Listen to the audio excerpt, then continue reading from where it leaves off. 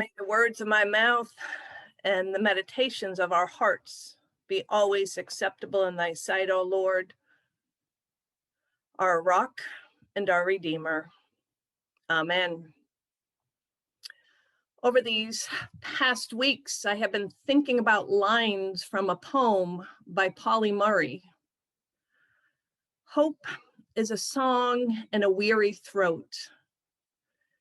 Give me a song of hope and a world where I can sing it. Give me a song of faith and a people to believe in it. It was on January 8th, 1977, almost 44 years ago, at Washington National Cathedral, that the Reverend Dr. Pauli Murray was the first Black woman ordained to the priesthood in the Episcopal Church. And weeks later, on February 13th, 1977, she officially celebrated the Holy Eucharist at the Chapel of the Holy Cross in Chapel Hill, North Carolina. The first time in North Carolina's history for a female priest to do so.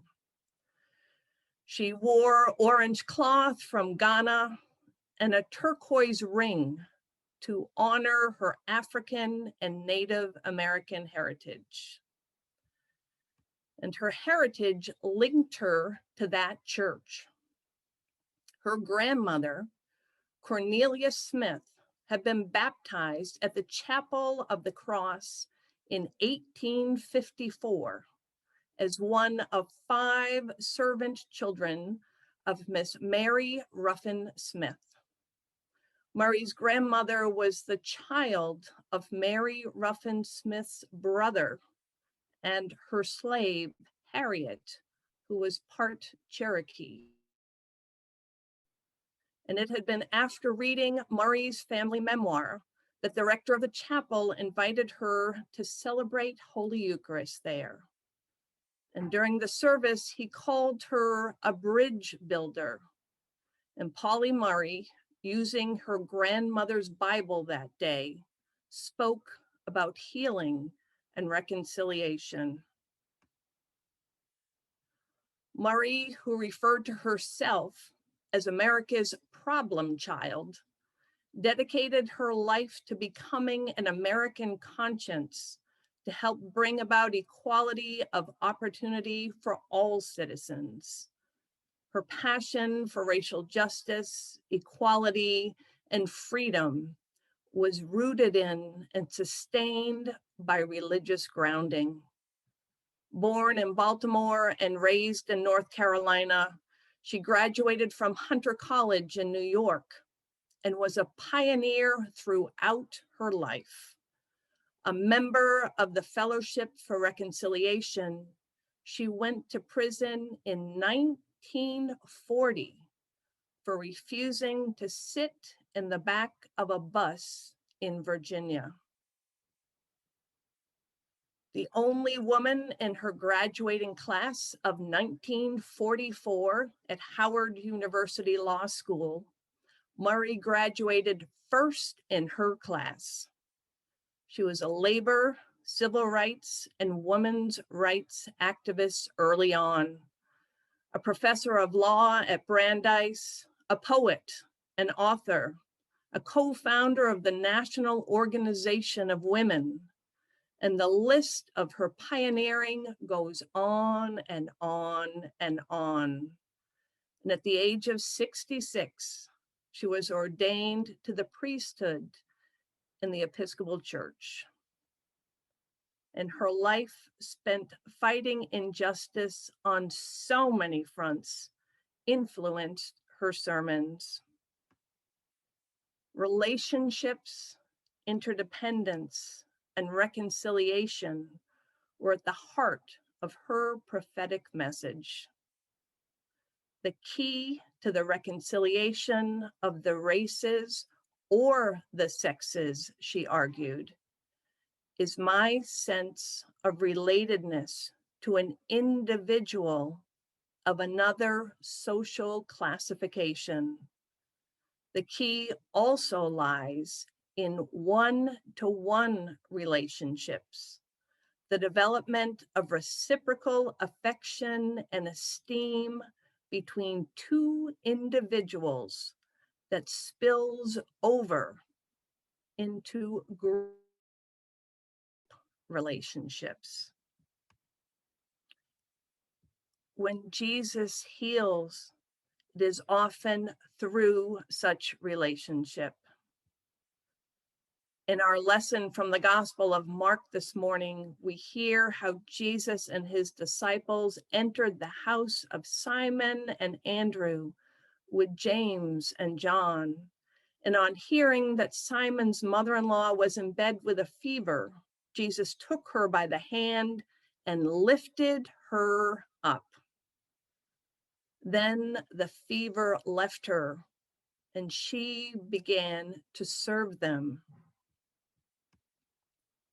When Jesus heals people in the Gospels, it is always so that people may return to their communities, return to relationship, return to living into the fullness of who they are called to be. Now, admittedly, I have often wondered why she was serving them after being so very sick in bed. But at the time, being ill bore a heavy social cost. Not only would a person be unable to earn a living or contribute to the well-being of a household, but they would also lose their ability to take their proper role in the community, to be honored as a valuable member of a household, a village, or a town. For Simon's mother-in-law, I like to think that once healed, she took matters back into her own, once again with very capable hands, to honor and show hospitality to the guests in her home, to serving God in her home.